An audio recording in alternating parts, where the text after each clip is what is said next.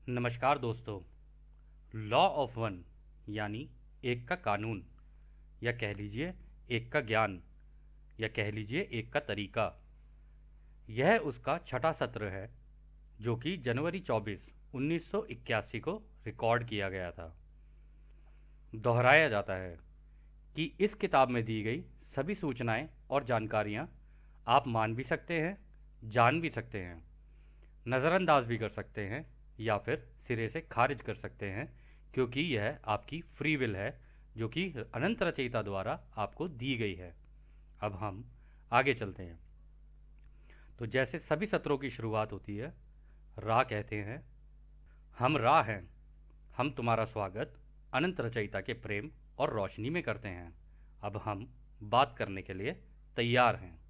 तो डॉन सवाल करते हैं, हमको पिछली बार अपना सत्र बीच में ही रोकना पड़ा था, क्या हम वहीं से शुरू कर सकते हैं जहां से हमने पिछला सत्र समाप्त किया था? तो रा कहते हैं, अब हम तीसरे हिस्से की बात करते हैं जिसका ऊर्जा के विकास से लेना देना है। तीसरा हिस्सा होता है आत्मा को लेकर, जो कि अनंत ऊर्जाओं को अपने अंदर समाये बैठी होती है, जिसमें सबसे कम विभाजन होता है। हाँ, ये कहना सही होगा कि ये आत्मा की खोजबीन और संतुलन बनाना सबसे लंबा और मुश्किल काम है इस सीखने और सिखाने की प्रक्रिया का। हम लोगों ने दिमाग को एक पेड़ की तरह समझा है। ये दिमाग ही है जो शरीर को चलाता है। जब कोई इस दिमाग को एक दिशा में करके, एक संतुलन बना के और जागरूक होकर इसको समझता है कि हाँ, उसके कुछ झुकाव और विरोधाभास हैं, तो वो इसका संतुलन बना के अपने आप को तैयार करता है और बड़े बड़े कामों को अंजाम देता है। ये काम आग और हवा के जैसा है। आत्मा के अंदर का ऊर्जा क्षेत्र एक रास्ता है। जब शरीर और दिमाग खुले होते हैं तो आत्मा एक रॉकेट की तरह, या कह लो एक सूचना देने वाले की तरह काम करती है, जिसमें कि हर व्यक्ति की ऊर्जा आग की तरह नीचे से ऊपर और हवा की तरह ऊपर से नीचे चलती है।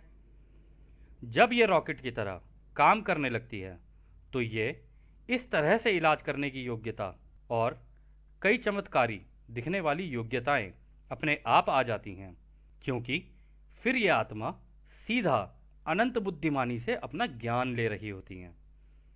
अभी तुम्हारी धरती पर काफ़ी लोगों के साथ ऐसा हो जाता है कि उनकी आत्मा का ये द्वार खुल जाता है जब वो कभी कभी एलएसडी का नशा कर बैठते हैं। वो जाने अनजाने इस ऊर्जा को खोल देते हैं जिस पर उनका फिर कोई नियंत्रण नहीं रहता है। ये लोग ज़रूरी नहीं कि सेवा का रास्ता चुनकर चल रहे हों। ध्यान लगाकर जानबूझकर जब इस ऊर्जा को खोला जाता है तो ये सही तरह से काम करती है और इसके इस्तेमाल से ये इलाज करने का और अन्य चमत्कारी दिखने वाले काम करना एक आम बात सी हो जाती है। तो दोस्तों, यहाँ पे रा ने बोला है एलएसडी को लेकर, परंतु हम किसी को भी ये सुझाव नहीं देंगे और ना ही हमारा कोई सुझाव है कि कोई इस तरीके से एलएसडी लेकर उपयोग करके इस तरीके से काम करे, क्योंकि उसमें उसका संतुलन भी बिगड़ सकता है। तो यदि कोई इस तरीके से करता है तो वह उसके ऊपर है, हमारी इसमें कोई जिम्मेदारी नहीं है, क्योंकि यह सब कुछ इस किताब के अंदर लिखा हुआ है। फिर आगे रहा कहते हैं, ये दिखने में चमत्कारी लगता है परंतु ये आम बात है और जैसी होनी चाहिए वैसी ही है। इससे जिंदगी में एक बड़ा बदलाव आता है और बड़े बड़े काम किए जाते हैं। अब हमें लगता है कि शुरुआती तौर पर इतना काफ़ी है आपके सीखने और सिखाने के लिए।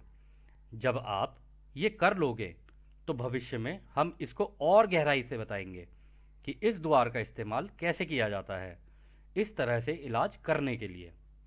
तो अगला सवाल डॉन करते हैं, हमारा एक दोस्त है टॉम फ्लैहार्टी, वो भी ये जो सत्र हम आपके साथ कर रहे हैं ना, उसमें आना चाहता है। क्या आप जानते हो टॉम फ्लैहार्टी को? तो रा कहते हैं, हमें टॉम का आना मंजूर है, परंतु हम तुम्हें आगाह करते हैं कि उसको इन सत्रों में लाने से पहले अपने दिमाग और अपने साजो सामान को ध्यान में रखकर ही आए। तो डॉन अगला सवाल करते हैं, साजो सामान से आपका क्या मतलब है? तो रा कहते हैं, साजो सामान से हमारा मतलब जो कार्ला के सर के पीछे रखे हुए हैं उससे है, क्योंकि उसके रचयिता के प्रेम और रोशनी में झुकाव में इसका भी योगदान है। वो कैसे और प्रेम से रखे हैं इसके बारे में टॉम को बता देना कि ये कार्ला की ऊर्जा को संतुलन बनाने के लिए रखे गए हैं। तो अगला सवाल डॉन करते हैं, वो मेरी बात सुनता है, मानता भी है। हम ध्यानपूर्वक उसको ये सारी बातें समझा देंगे। अब मुझे लगता है कि यह सही समय है कि आप हमें थोड़ा अपने इतिहास के बारे में बताएं, जैसे कि आप किस ग्रह के हैं या थे, और आपका हमारी धरती से क्या संबंध है। तो रा कहते हैं, अब हम रा बन चुके हैं, यानी हम सबकी सोच आपस में टेलीपैथी के द्वारा जुड़ चुकी है। हम तुम्हारे ही सौरमंडल के एक ग्रह शुक्र के थे जो घूमते हुए तुम्हारे ग्रह पर आ गए थे। तुम्हारे समय के हिसाब से हम एक बहुत पुरानी सभ्यता हैं। जब हम छठी घनत्वता के हुए तो हमारे शरीर लंबे, नाजुक और सुनहरे दिखने लगे। हमारी खाल नाजुक और सुनहरी है। इसी रूप में हम तुम्हारे लोगों के बीच में आए थे। तुम्हारे लोग तब भी हमको तुम लोगों से अलग देखते थे, या कह लो अपने आप से अलग देखते थे। इसलिए तुम लोगों में हम लोग घुल मिल ना पाए और हमें अपने की बजाय पराया देखा गया। इसलिए हम कम समय ही तुम्हारे बीच में रुके। हमारे भाई, हम तो यह सोच कर आए थे कि हमें तुम अपना मानोगे, या कह लो अपने भाई बहन मानोगे, परंतु तुमने हमें भेदभाव से देखा, इसलिए हम चले गए। ये वही वक्त था जब पिरामिड बनाए गए। तो अगला सवाल डॉन करते हैं, आप शुक्र ग्रह से यहां आए कैसे? तो रा कहते हैं, हमने सोच की शक्ति का इस्तेमाल किया। तो डॉन कहते हैं, क्या उस वक्त यह मुमकिन था कि हमारे ग्रह के किसी व्यक्ति को शुक्र ग्रह पर ले जाया जा सके? क्या वो वहां जिंदा रहता, वहां के वायुमंडल को देखते हुए? तो रा कहते हैं, शुक्र ग्रह पर तुम्हारे तीसरी घनत्वता के लोगों के लायक वायुमंडल नहीं है। पांचवी और छठी घनत्वता के लिए आगे बढ़ना, सीखना सिखाना भी अब वहां मुमकिन नहीं है।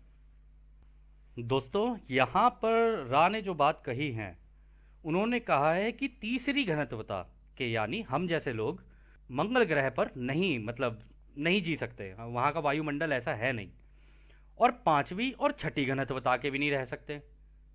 तो इसका मतलब ना तीसरी के रह सकते, ना पांचवी के रह सकते, ना छठी के रह सकते, यानी चौथी के रह सकते हैं। तो इसका मतलब शुक्र ग्रह इस वक्त चौथी घनत्वता का है। और आप लोगों को ये घनत्वता का जो है ना, ये हम थोड़ा सा समझाते हैं। देखो, घनत्वता क्या होती है? किसी भी चीज़ का ठोस होना और किसी चीज़ का हल्का होना, ये उसकी घनत्वता को दर्शाता है। यदि आप अपने पंखे का बटन ऑन कर दो और पंखा तेजी से चलने लग जाए, तो पहले तो आपको उसकी पंखड़ियां दिख रही होती हैं, लेकिन जब वो इतनी तेजी से चल रहा होता है ना, तो उसके अंदर कंपनता आती है। और जो चीज़ जितनी तेजी से कांपेगी, उसकी कंपनता बढ़ती चली जाएगी, और जितनी कंपनता बढ़ती चली जाएगी, उतना वो हल्का होता चला जाएगा और दिखना बंद हो जाएगा, या कम कम दिखेगा आपको। तो मान लो अगर आपने ये पंखा इतनी तेजी से चला दिया, आपका 5 का नंबर छोड़ो, आपने इसे 500 पे चला दिया, धीरे धीरे आपको ऐसा लगेगा कि पंखा है ही नहीं, गायब ही हो गया वहां से। तो इसी तरीके से घनत्वताएं काम करती हैं।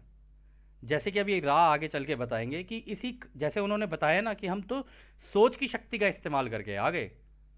वो इसलिए आ गए क्योंकि उनको इन घनत्वताओं में से घूमना आता है, इधर से इधर निकल जाना, इधर से उधर निकल जाना।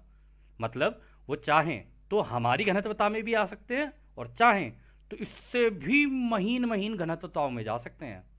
इसका एक उदाहरण और है। कभी कभी आपने एक खड़ी गाड़ी देखी होगी, तो उसके टायर जो होते हैं ना, उसके अंदर के नट बोल्ट आपको दिख रहे होते हैं, पर जैसे ही वो गाड़ी तेजी से स्पीड में चलने लग जाती है ना, धीरे धीरे उसके नट ही दिखने बंद हो जाते हैं। जो उसके पेच होते हैं वो दिखने ही बंद हो जाते हैं। वो इसलिए बंद हो जाते हैं क्योंकि अब टायर में आ गई है कंपनता, और जितनी तेज वो टायर घूमता जाएगा वो नट दिखने ही बंद हो जाते हैं। इनको कहते हैं घनत्वताओं का खेल। एक घनत्वता से दूसरी में चले जाना, दूसरी से तीसरी में चले जाना। अभी हम जिस ग्रह पे रह रहे हैं और जो हमारे शरीर है और हमारा दिमाग और हमारी सारी चीज़ें, जो हमारी सोच, हमें जो जो चीज़ें दिख रही हैं ना, ये सभी की सभी तीसरी घनत्वता की हैं। तो खैर, आगे डॉन सवाल करते हैं, आप शुक्र ग्रह से यहाँ कैसे आए? ये मेरा अनुमान है कि आप छठी घनत्वता के हैं, जो कि ना दिखने वाली होती है। क्या आपको अपनी घनत्वता बदलनी पड़ी थी हमारी धरती पर आने के लिए? तो रा कहते हैं, तुम्हें हवा का तो पता ही होगा, कुछ भी ना होने में घुल जाना ही एकता में घुल जाना होता है। तो कहने का मतलब ये है, यहाँ पे रा कह रहे हैं कि हम हवा में ही गायब हो जाते हैं। तो हवा में गायब होके वहाँ से गायब हो और यहाँ से निकल आए। तो वो आगे कहते हैं, छठी घनत्वता में हम सक्षम हैं कि अपनी सोच से, या कह लो दिमाग की शक्ति से, रचयिता की अनंत बुद्धिमानिता का इस्तेमाल करके हर रोशनी के कण कण से बात या आग्रह करके जैसा चाहे वैसा आकार ले सकते हैं। इसी का इस्तेमाल करके हम अपनी घनत्वता से तुम्हारी तीसरी घनत्वता में आकर दिख सकते हैं, और आए भी। इस प्रयोग को करने के लिए हमें महासंघ, या कह लो परिषद समिति से अनुमति मिली थी, जो तुम्हारे ग्रह की रखवाली करते हैं, या कह लो कि तुम्हारे ग्रह के रक्षक हैं। तो डॉन कहते हैं, ये समिति कहाँ है, या कह लो ये महासंघ बैठता कहाँ है? तो रा कहते हैं, यह समिति 8वीं घनत्वता में बैठती है, शनि ग्रह पर, जिसको तुम शनि ग्रह की रिंग बोलते हो ना, जो उसके आसपास बनी हुई है, या शनि ग्रह के चारों ओर बनी हुई अंगूठी का आकार है, वहां पर है ये महासंघ। तो डॉन अगला सवाल करते हैं, क्या हमारे सौरमंडल में कोई ग्रह है जहां हमारे जैसे दिखने वाले लोग हों? तो रा जवाब देते हैं, तुम अभी के समय और जगह की बात कर रहे हो, या फिर किसी भी समय और जगह की बात कर रहे हो?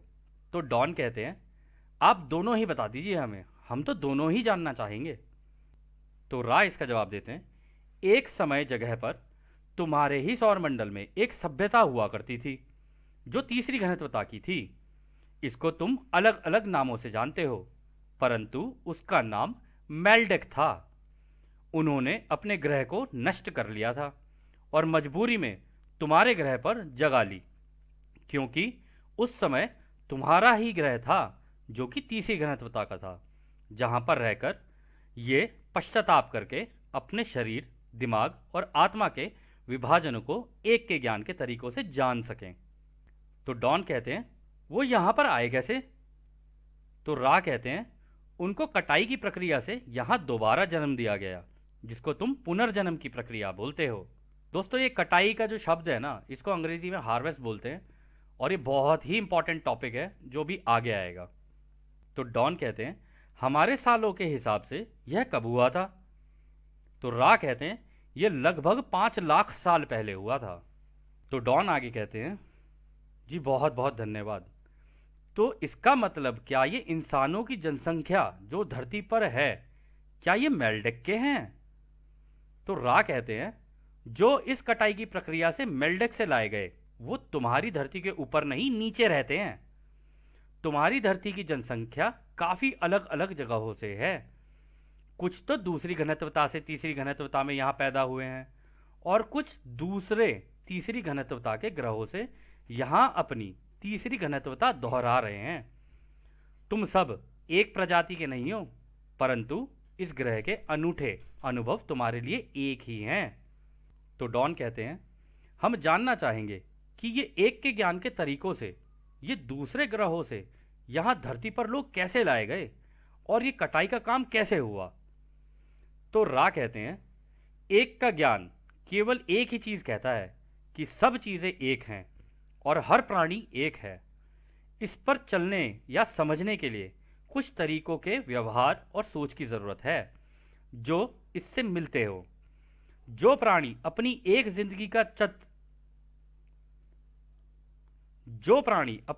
जिंदगी का चक्र पूरा कर लेता है, उसकी अपनी एक ग्रेड या कह लो श्रेणी बनती है, जो उसकी सोच, शब्द और कर्मों से बनती है। इस ग्रेड के हिसाब से वो मरने के बाद उसी ग्रेड का शरीर, दिमाग और आत्मा अपनी इच्छा से चुनता है। तो दोस्तों यहाँ पर ये जो ग्रेड की बात हो रही है ना, यहाँ पे 3 शब्दों का बड़ा इंपॉर्टेंट महत्व है। यहाँ उन्होंने कहा उसकी सोच, उसका शब्द और उसका कर्म, इन तीनों को मिला के उसकी ग्रेड बनती है कि भाई वो अगली घनत्वता में जाएगा या इस घनत्वता में ही दोबारा रिपीट करेगा। तो यहाँ पर वो यही कहना चाह रहे हैं कि इस ग्रेडिंग सिस्टम का इस्तेमाल करके हम लोगों ने जिन लोगों को आगे की घनत्वता में जाना होता है उनको वहाँ ले जाते हैं, जिनकी तीसरी घनत्वता पूरी नहीं हो पाई है उनको वहाँ से उठा के यहाँ कर देते हैं। तो फिर रा आगे कहते हैं, इस प्रक्रिया का रखरखाव वो प्राणी करते हैं जो इन आत्माओं का पालन पोषण करते हैं और एक के ज्ञान को अच्छे से जानते हैं और अपनी इच्छा से ही इस सेवा को करते हैं। इसलिए ये माया जाल है जो रोशनी का बना हुआ है, या कहें कि असलियत में प्रेम रोशनी का बना हुआ है, और ये अलग अलग भीषणताओं का बना हुआ है। कटाई के बाद दोस्तों ये कह रहे हैं ना अलग अलग भीषणताओं का बना हुआ है, तो यहां पर वो ये ही बताना चाह रहे हैं कि कंपनताओं का बना हुआ है अलग अलग। ऐसा नहीं है कि हम जिस घनत्वता में रह रहे हैं इस खाली जगह में कोई नहीं रह रहा है जिसे हम हवा कहते हैं, इसमें भी और सभ्यताएं रहती हैं। तो फिर वो आगे कहते हैं, कटाई के बाद हर आत्मा एक रोशनी की तरफ चलती है। जब ये रोशनी उसके लिए बहुत तेज हो जाती है तो वो वहीं रुक जाता है। ये हो सकता है कि ये आत्मा बस तीसरी घनत्वता के द्वार तक ही पहुंची हो, या फिर तीसरी घनत्वता के अंत तक ही पहुंची हो, जो कि उसकी ग्रेड या श्रेणी बताती है कि वो अपने अनुभवों में कहां तक पहुंची। फिर भी जो जहां तक पहुंचता है उसको वहां से फिर एक बड़ा चक्र उसके अनुभवों के अनुसार मिलता है, जो उसकी सोच और कर्म पर आधारित होते हैं। ये इसलिए होता है ताकि वो अपने अंदर के विभाजनों को कम कर सके। तो डॉन अगला सवाल कहते हैं, ये बड़ा चक्र हमारे सालों में कितना होता है? तो रा कहते हैं, एक बड़ा चक्र करीब 25,000 साल का होता है। ऐसी 3 बड़े चक्र होते हैं जिसके दौरान जो आगे बढ़ चुके होते हैं उनकी कटाई हो जाती है। दोस्तों कटाई शब्द ये बार बार आएगा, परंतु इसको आप ध्यान से, थोड़ा सा ध्यान से हो सके तो आप प्लीज सुन सकते हैं। तो वो आगे कहते हैं, 75,000 साल के संपूर्ण चक्र के अंत में सबकी कटाई होती है, फिर चाहे वो आगे बढ़े हों या ना बढ़े हों, क्योंकि उस दौरान एक तीसरी घनत्वता का ग्रह भी अपनी पूरी जिंदगी का अनुभव ले चुका होता है और अपने आप को नई या अगली घनत्वता के लिए तैयार करता है, और इसके बाद इसके नीचे की घनत्वताओं के लिए जिंदगी बंद हो जाती है। तो दोस्तों यह सत्र काफी लंबा है, तो हम इस सत्र को अभी यहीं रोकते हैं, इसको हम अगले सत्र में कंटिन्यू करेंगे। आपका बहुत बहुत धन्यवाद।